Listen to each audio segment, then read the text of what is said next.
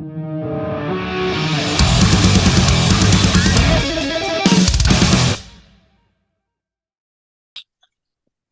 does look like a little bar. It's my home studio, so it's halfway between a functional studio and a bit of a man cave. Because I spend quite a bit of time in here.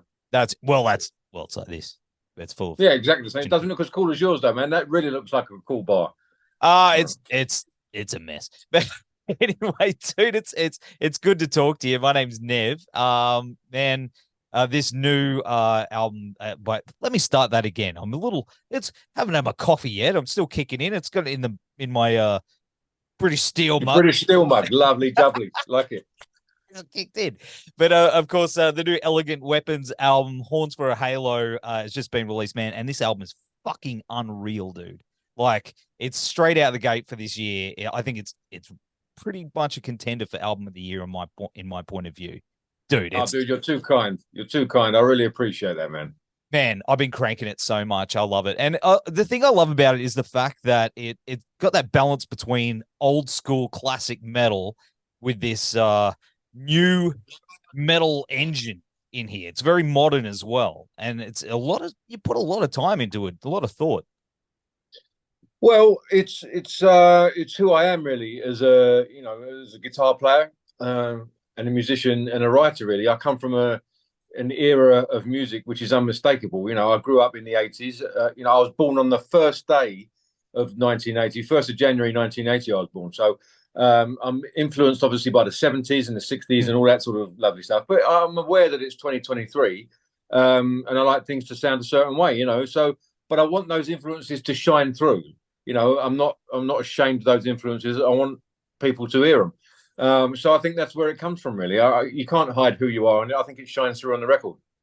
Absolutely, man. How far back do the riffs go? Like, have you been? That's a great question. Yeah, that's a great question because I don't know if you're a writer or you play as well, but I've always got stuff. I could sit in the studio. I'll come in the morning, have a coffee, sit down with a guitar.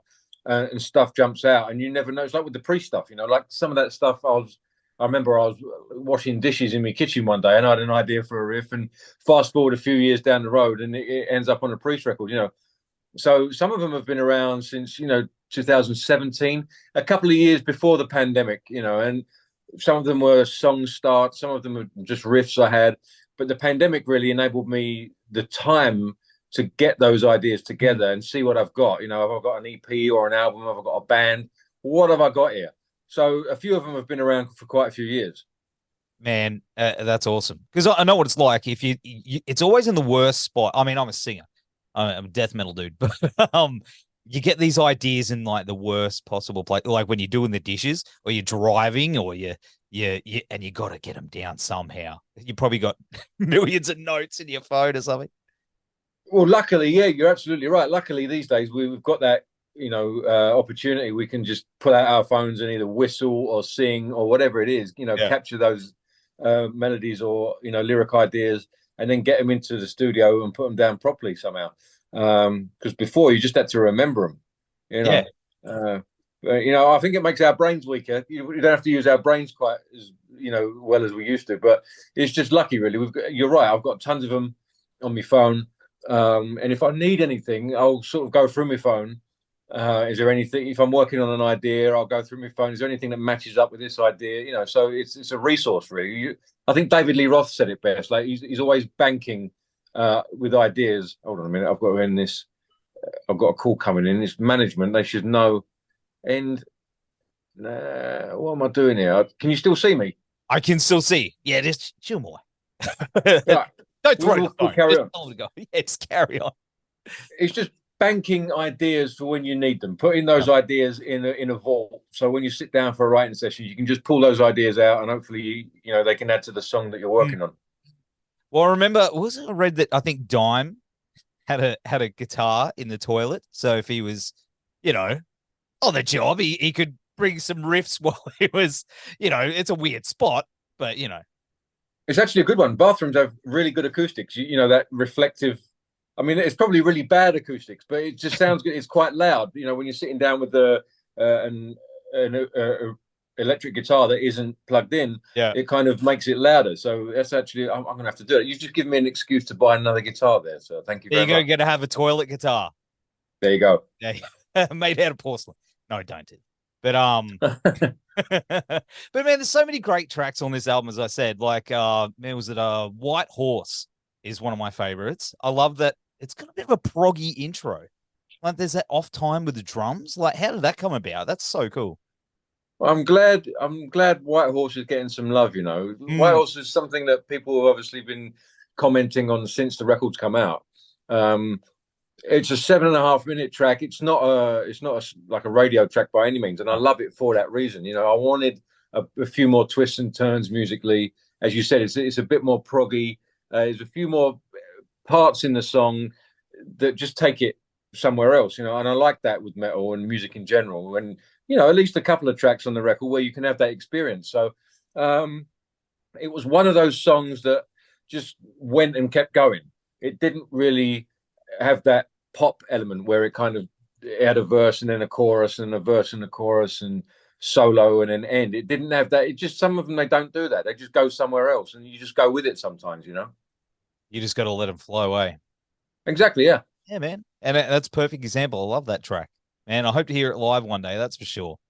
Yeah. Well, we're talking about set list. You know, we're doing a lot of festivals. We've got some festivals coming up in June and July.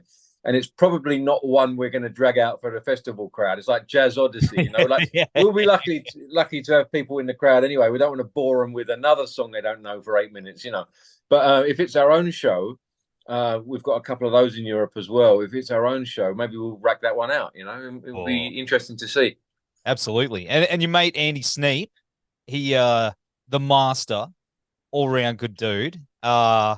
He produced the album too, didn't he? Master Sneap, indeed. Yeah, he did. He was a no-brainer. You know that sort of dynamic I was talking to you about earlier on about me coming from a certain era, but aware that it's 2023. He's that guy too. He grew up on the same music that I did, but you want those influences to shine through. But Andy's making records in 2023. So it was it was a no-brainer for me. Plus, obviously, me and Andy work, you know, all the time with Priest and stuff like that. So you can trust him. If something's bad, he's going to let you know, you know.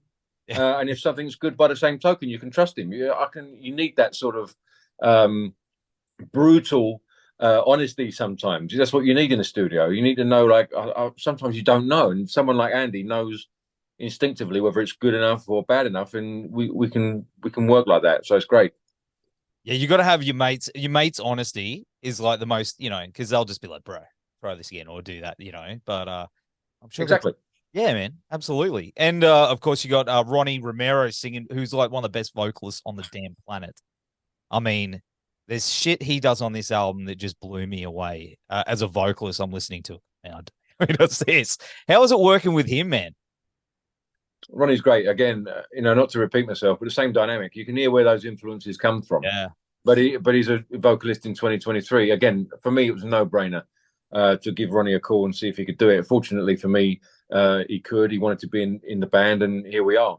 And he's just, you know, not only a great singer, but a great frontman.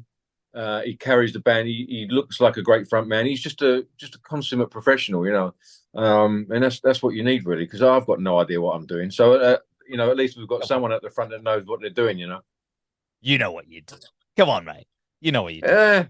You know, I'm sort of, you know, winging it, really. But you know, the guys in the band, it's just they make me look good at the end of the day. You're all weapons. You know, that's we are the elegant weapons. I've never thought of that. We are. It's about, you know, elegant weapons is the instruments we play. Yep. But we could be. I've never thought of it like that. You are the weapons. Not too elegant though, but you know, that's good, man.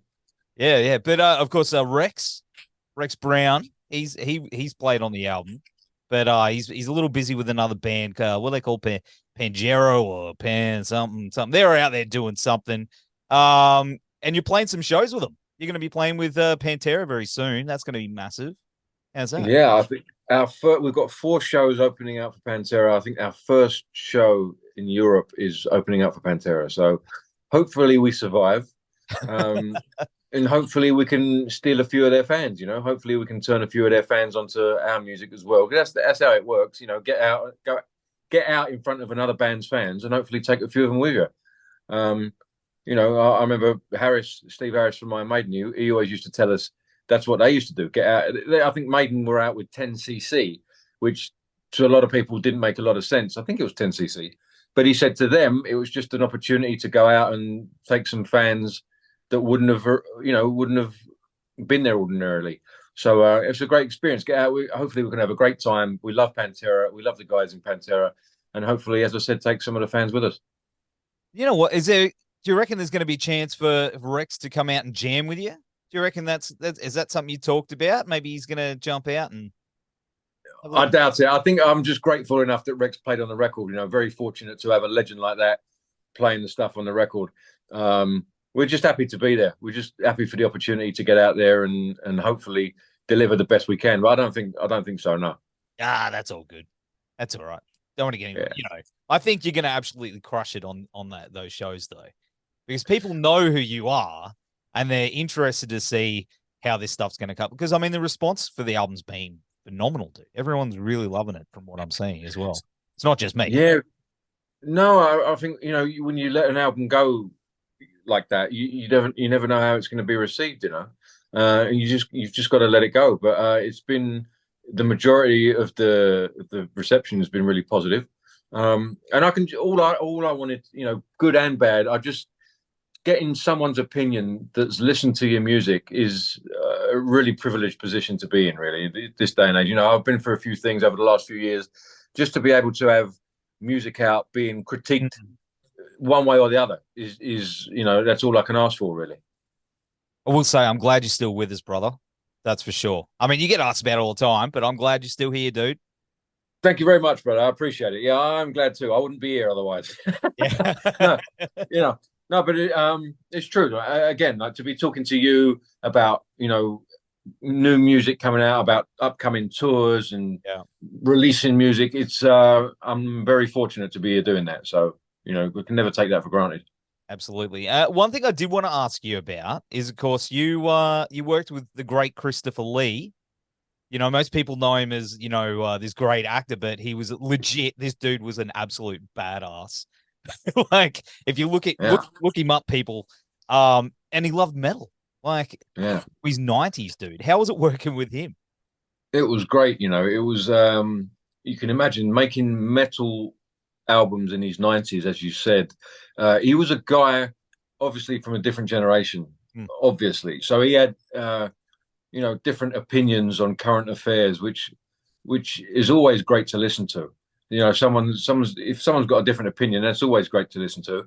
But someone that's as revered as him, that's seen it all and then some, to hear what they think about current affairs was just an education, really, and an eye opener. He was great. His people were great who he worked with, rather. And it was just an honor to meet him. His legend will live forever. Was he? Did he ever tell you what his favorite band was? His favorite Judas Priest. No, he didn't. He didn't actually. No, should have left that. I think he worked with Manowar. He was into the Manowar stuff. Yeah. But he didn't actually pull favorites. No, he just he liked metal in general. I think it was because of, you know, the light and shade in metal and the storytelling in metal and just the sonic assault, I think, in metal. Like, you know, all that stuff that goes into metal music is pretty intense, and I think he was an intense character, you know. Mate, yeah, he was. You hear the stories of him talking to you know, Lord of the Rings director. I remember mental blank. What's his name? Peter Jackson. Peter Jackson. Yeah.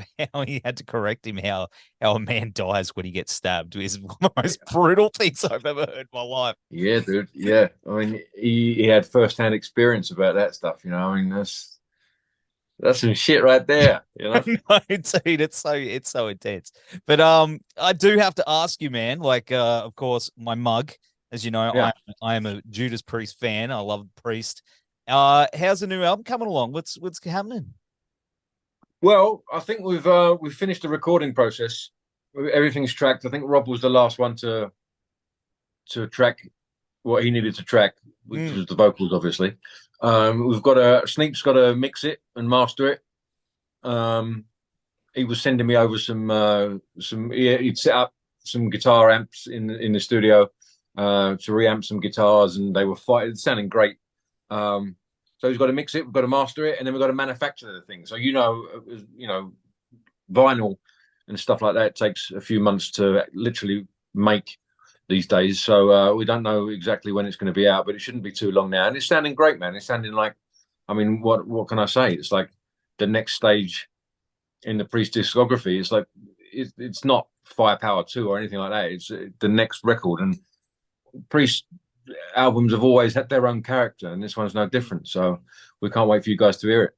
I can't wait to hear it, and I can't wait for you guys to hopefully come back, because my eldest daughter, she's 23 now, but her first show she ever went to was Judas Priest in Brisbane with Dragon Force. And I remember that.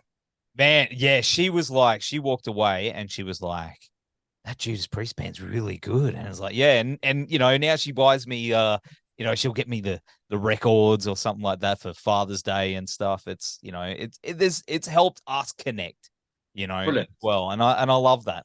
Brilliant. It's such a special thing. But fantastic. Do you remember when you first got the job?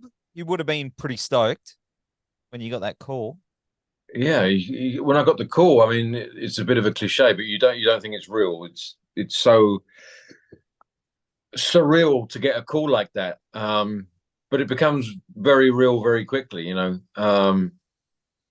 and fortunately they were persistent, and they hunted me down a little bit, so I was able to go up and meet Rob and Glenn and management and talk about the situation, and we went from there, really. And yeah, I mean, it's always been really inclusive, both by the band and the fans alike. Obviously after 40 years to have a change like that, it's a big deal for fans that have been there since the beginning. So obviously there's some skepticism. There was some negativity. The internet done its thing. The internet hates everything. But that's just the way it is. And you just got to do what you do and honor the legacy that went before you, and also kind of honor yourself moving forward. And you're now in that position, flying the flag and carrying the torch for a band that's changed millions of lives around the globe. So it's a privileged position to be in. You just got to do the best you can while you're there. But you were embraced, man. Like, everyone loves you. I'm very fortunate. Yeah, Again, I just did what, as I said, like, respect what went before. How could you not? But also, do what you do as much as you can, and just carry that torch. And it's a duty and an honor. And I knew what it meant. And we're still there. I'm still there 12 years later. Priest is still putting out music and touring around the world. So, hopefully I'm doing something right, Absolutely. You are, dude. Of course you are. I make a good cup of tea as well. What about a beer? Hey? Yeah. You have to... I'm still working on the beer making thing, but the tea I've got down. So I think that's what's kept me there for so long. Well, I'll tell you what, man. As I said, I'm very keen to hopefully see you down here very soon. Is there plans to come pay us a visit with Elegant Weapons or Priest, or? I hope so. We haven't been down there for a few years now, so I hope so. We always look into all opportunities. Priest is such a big machine. Obviously, there's more that goes into that than it would for Elegant Weapons. We could just jump on a boat and come down, with Elegant Weapons, but Priest is a bit more involved in that. So hopefully we get to come down again. Whereabouts are you in Oz? I'm on the Gold Coast, brother, which is just south of Brisbane and just north of Byron. I'm in there. Gotcha. There's metal there in the middle. Yeah. Gotcha. It's such a vast country as well. We always have fun when we come down there. We can be down there for a couple of weeks and we see so many different sides of, different cities and stuff, because it's so vast. Yeah. And again, we haven't been down there since, I think it was probably that time that you're talking about with Dragon Force. That was probably our last time down there. Download. So, I think was it Download? It could have been. I think it was Download. Yeah, I think it was because I went to Sydney to see you guys at Download. Was that when it was roasting hot? It was really, really. Yeah, man, that was nuts. I think my pedals were melted on the floor. It was like we were right in the sun. Oh man, that was nuts. Like, fortunately, we were okay, but we had some other friends of ours in other bands, and it was so hot that their gear was frying. Mm. You know, all the tubes, the valves in the amplifiers were popping, and it was nuts. It was crazy. It was all good fun. But we need to come down there soon, is what I'm trying to say. Yeah, and you know what? Come down to the Gold Coast, mate. When you come down, and we'll have a beer. I'll show you the best places around. That sounds perfect. That sounds like a plan, sir. Done. But right, in the meantime, mate, thanks so much for hanging out. We're going to have all the links down here to the new Elegant Weapons album, Horns for a Halo. Yeah, it's starting to kick in. And mate, you take care, and we will see you soon, I hope, my friend. Thank you, brother. Hope so. Have a good one.